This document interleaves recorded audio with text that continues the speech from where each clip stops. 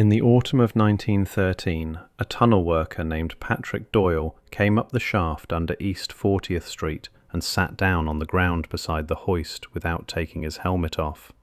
The shift had been ordinary. He had been below for 6 hours. A company timekeeper named Walter Mouncey stood there waiting for him to say something, and Doyle said nothing for close to 10 minutes. Then he said one sentence, which Mouncey wrote down word for word in his workbook that same evening. He said there was a stair down there, and it went down, not up. Nothing about it appears in the shift report. Nothing appears in the section log or in the contractor's returns for that week. Only footage, only powder consumption, only the standard notations for readiness to line. What the crew had actually hit was this. The round had opened a void in the Manhattan schist roughly 20 feet across, in rock 450 million years old, rock that does not hold caves because it is metamorphic and there is nothing in it to dissolve. The walls of the void were worked. Vertical tool marks ran top to bottom in even bands, and the corners met square, which schist does not do on its own. The air inside was dry, and it did not smell of anything, not of sewage, not of river seep, not of gas, none of the things everything under that city smells of. At the far end, the floor went down in steps. The steps were cut into the schist itself, wide, worn hollow down the middle in the way that only feet wear stone, and they descended below the grade the men were standing on. Doyle went down 3 of them. His lamp did not reach the bottom. By the next shift, 2 engineers from the company had come down, spent 40 minutes below, taken no measurements, and given the order to bulkhead the opening and carry the heading on along the design line. The wall was up by Friday. The section was delivered on schedule. Nobody measured the chamber. Nobody counted the steps. 3 things came out of it: a length of tunnel where the masonry does not match the rest of the line in bond or in mortar, a timekeeper's workbook, and a man who repeated the same account for the rest of his life and never once changed a detail. The word for what Doyle was is sandhog, and it is worth understanding what that meant in 1913, because the credibility of the whole account rests on the kind of man giving it. Sandhogs dug the water tunnels and the river crossings of New York. They worked in compressed air, in chambers pressurized to hold back the water and the silt, and they went in and out through locks the way divers do. A crew going in at 50 pounds of pressure, locked in for 20 minutes, worked their shift and locked out slower than they went in. And the slowness was the whole difference between walking home and not. The pressure was what killed them. Men came off shift and went home, and their joints seized, or they went blind, or they died in the street hours later of gas bubbles in the blood, and the trade called it the bends, long before medicine had a decent name for it. The old saying in the tunnels was, "a man a mile," and it was not far off.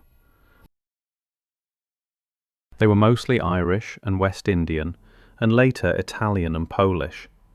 They were paid by the day, and they were replaced without paperwork. A man who went out on the hoist and did not come back the next morning left no trace in the record, except a blank in the second column of a timekeeper's book. What they were not was fanciful. A sandhog crew lived on the ability to read rock, to know from the sound of the drill and the colour of the cuttings whether the face ahead was going to hold or come in on them. The whole trade was built on not being wrong about what was in front of you. A man in that job did not mistake a fissure for a stair. And the second thing about sandhogs is that they did not talk to the company. The company was the entity that decided whether you worked, whether you were compensated when your partner died, and whether your name went on a list. A crew that hit something strange did not file a report about it. They told each other in the bar on 11th Avenue where the shift went afterward, and it stayed inside the trade, and it stayed there for decades, which is why Doyle's account exists at all, only because a timekeeper happened to be standing at the shaft head with a pencil in his hand.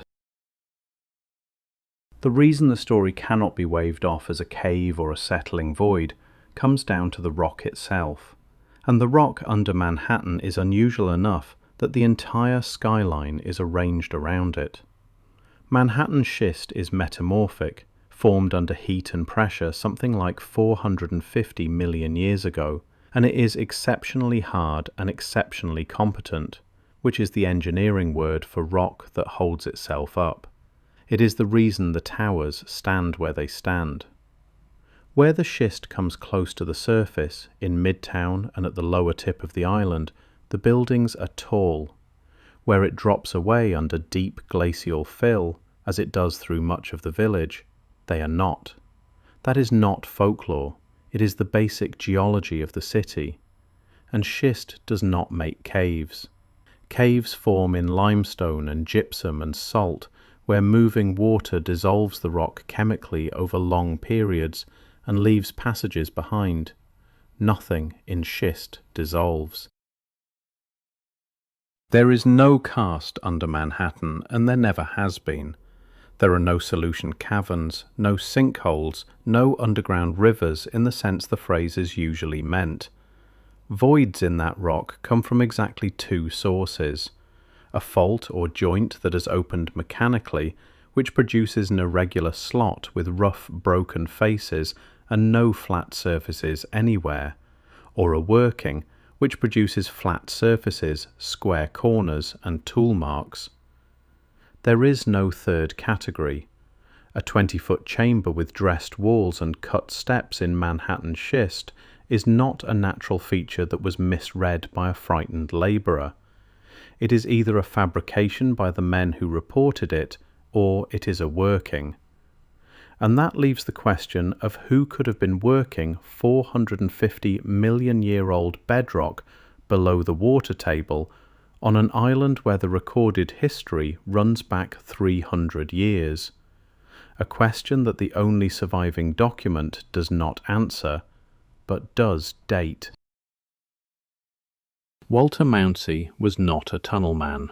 He was a timekeeper, which meant he stood at the shaft head with a book and recorded who went down, at what hour, and who came back up, because the company paid by the shift, and because in that trade the second column mattered. He kept two kinds of pages. The official tally went to the contractor, the back of the same book he used for himself, and the entries there are the ordinary debris of a man's working life: money lent to a labourer, a note about a delivery, the name of a man hurt on the hoist.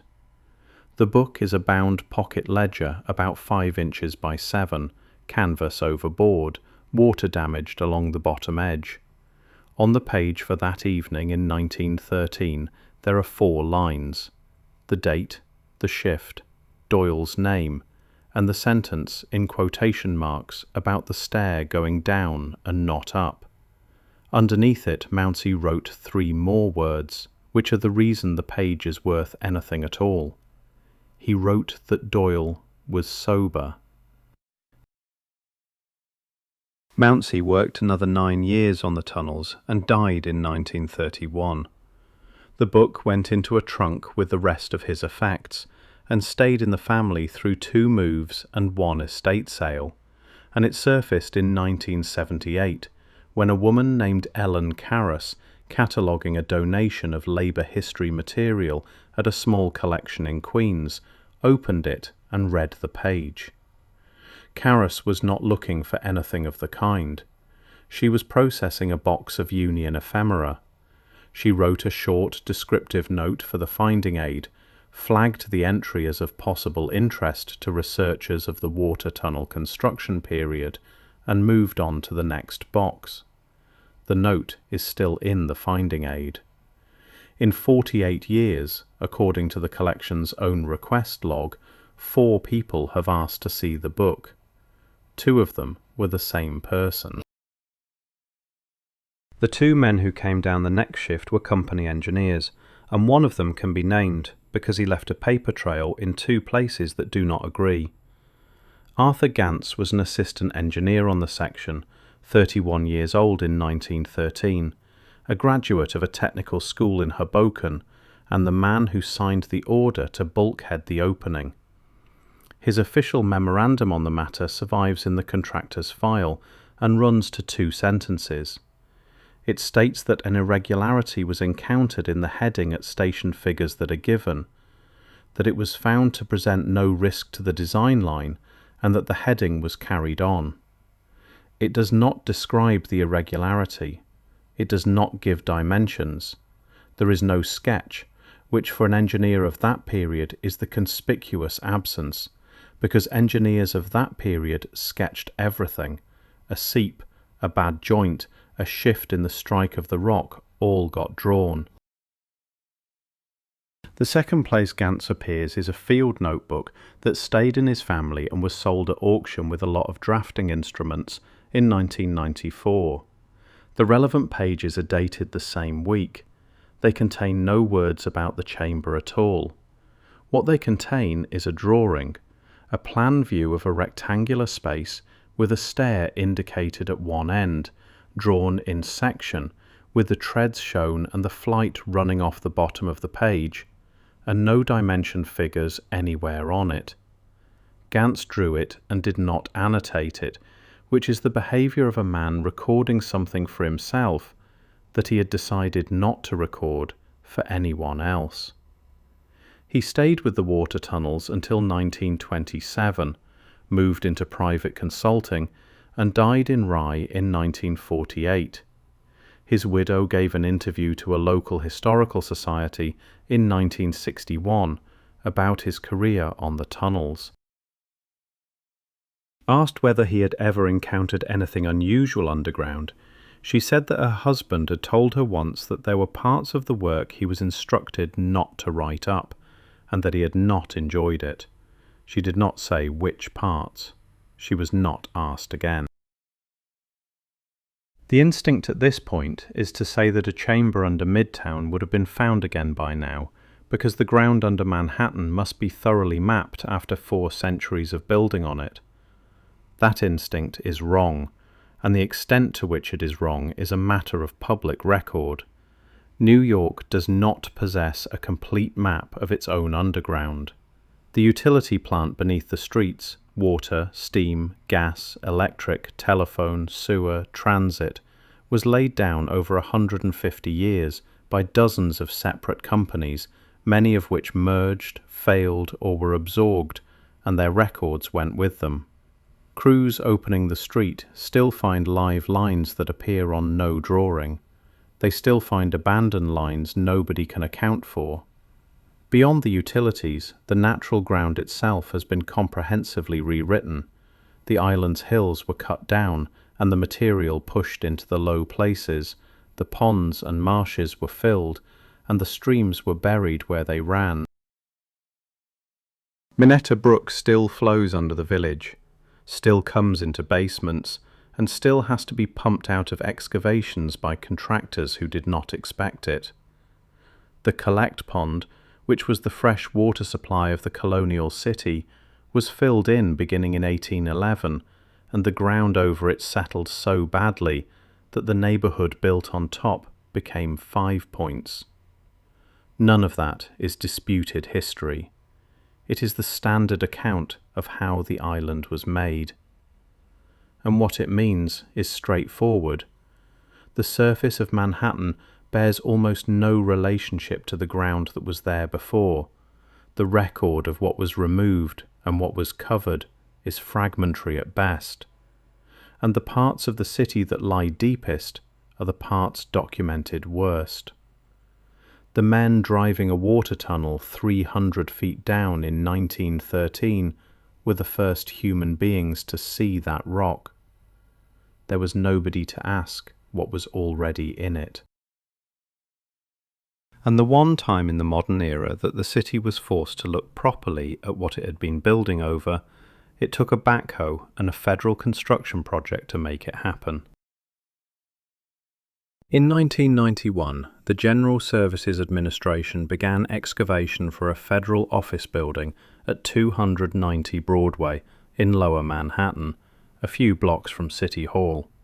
The Environmental Review had noted that an 18th century burial ground for the city's African population might lie somewhere in the area, and the assessment had concluded that 2 centuries of construction would have destroyed anything that was there.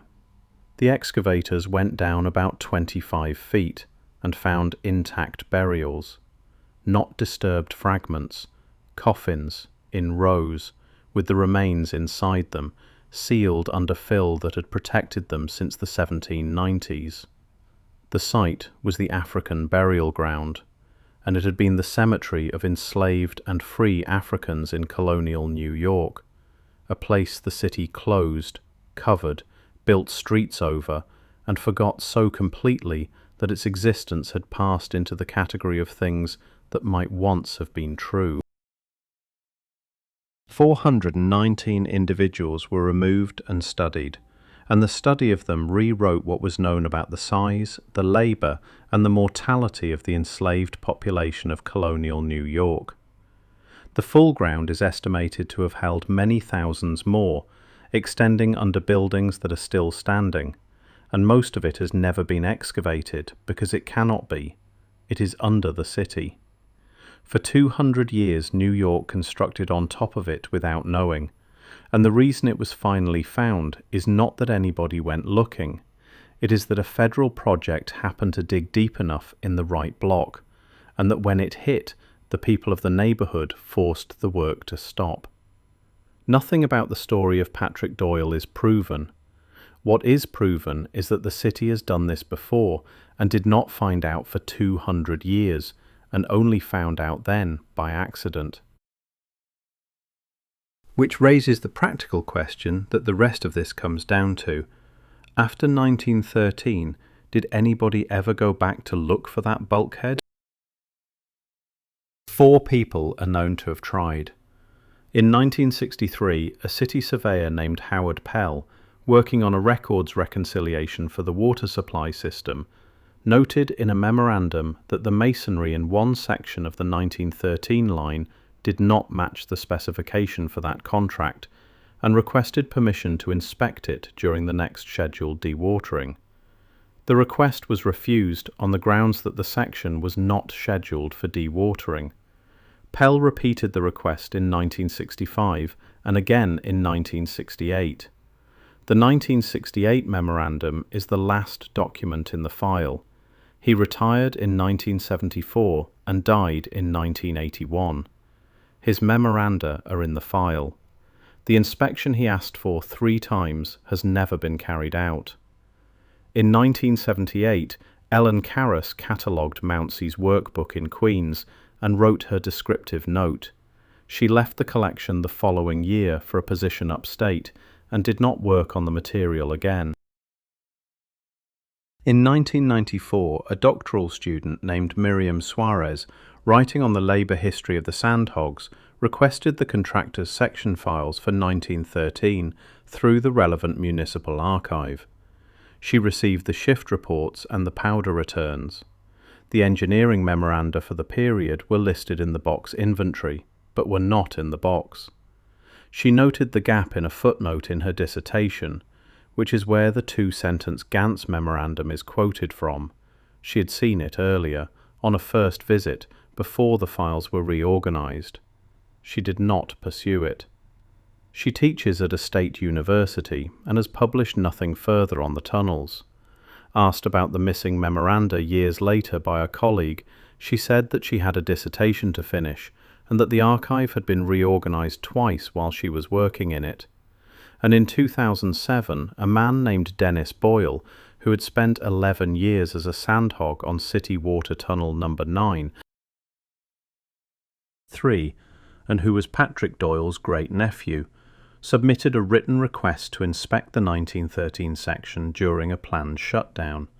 He was told that access to active water supply infrastructure is restricted for reasons of security and public health, which is true, and which is also the end of the matter. Boyle died in 2019.